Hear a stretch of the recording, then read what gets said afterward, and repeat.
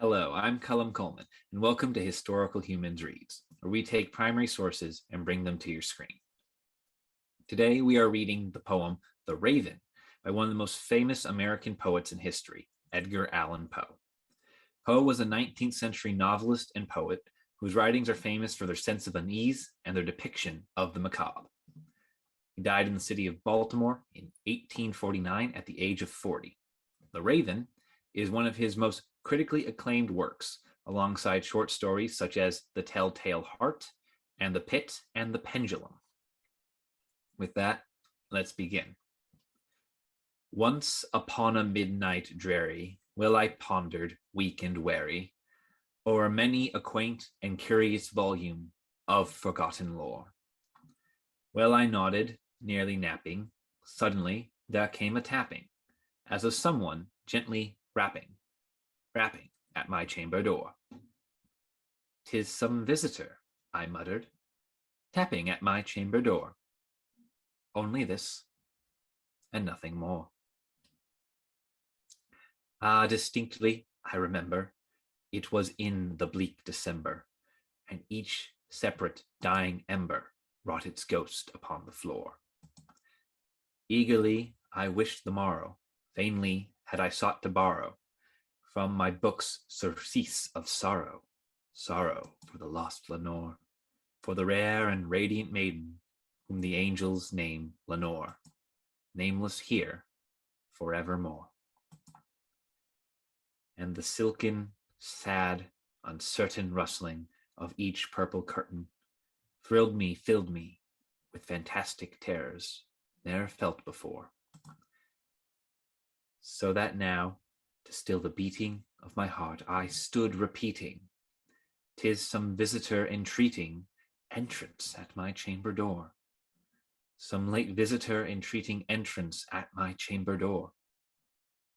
This it is, nothing more." Presently my soul grew stronger, hesitating then no longer. "Sir," said I, "or madam, truly your forgiveness I implore. But the fact is I was napping, and so gently you came rapping, and so faintly you came tapping at my chamber door, that I scarce was sure I heard you.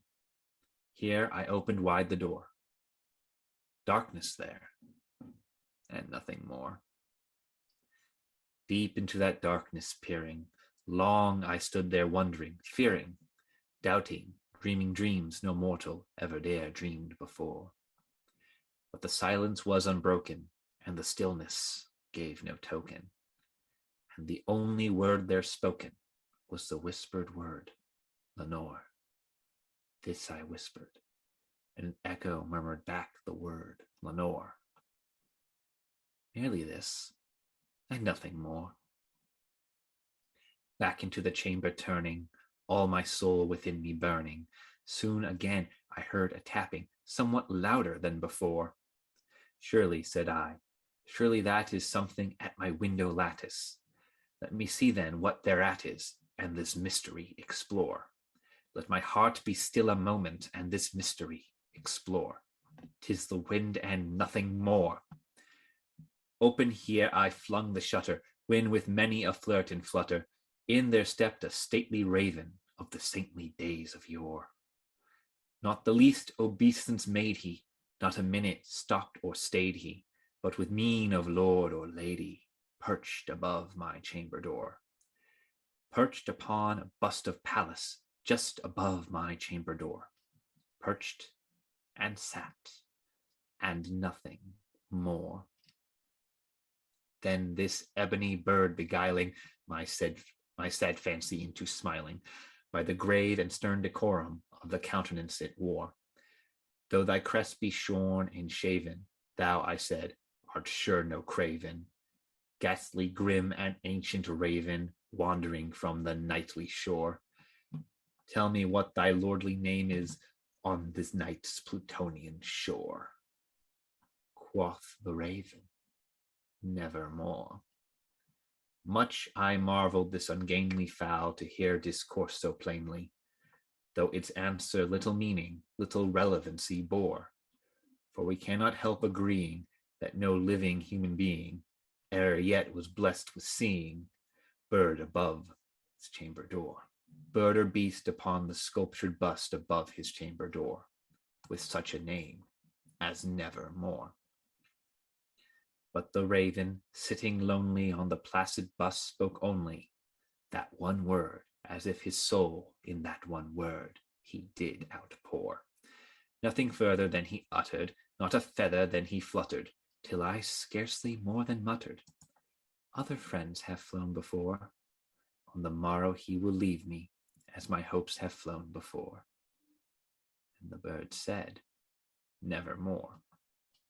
Startled at the stillness broken by reply so aptly spoken, doubtless, said I, what it utters is its only stock and store, caught from some unhappy master whom unmerciful disaster followed fast and followed faster, till his songs one burden bore, till the dirges of his hope that melancholy burden bore, of never, never more.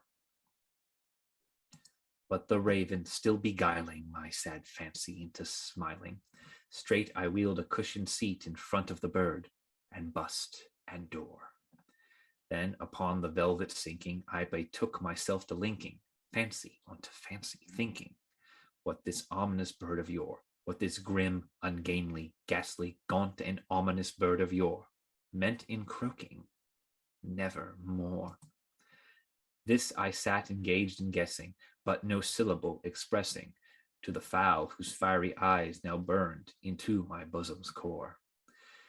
This and more I sat divining, with my head at ease reclining on the cushion's velvet lining that the lamplight gloated o'er, but whose velvet violet lining the lamplight gloating o'er she shall press, nevermore.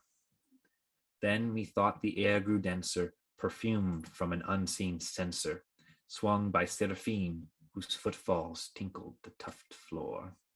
Wretch, I cried, thy God hath lent thee, by these angels he hath sent thee, respite and nepenthe from thy memories of Lenore.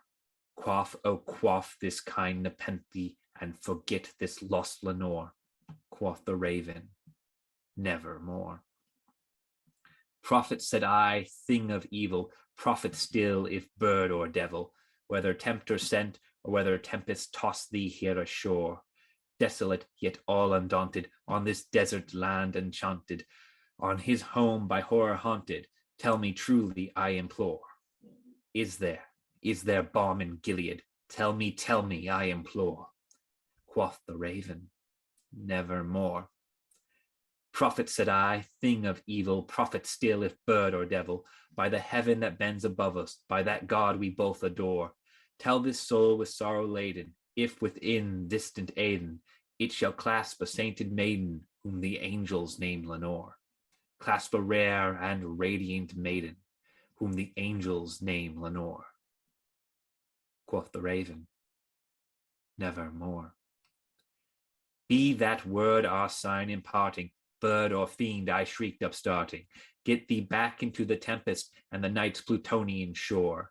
Leave no black tomb as a token of that lie thy soul hath spoken. Leave my loneliness unbroken, quit the bust above my door. Take thy beak from out my heart, and take thy form from off my door. Quoth the raven, Nevermore.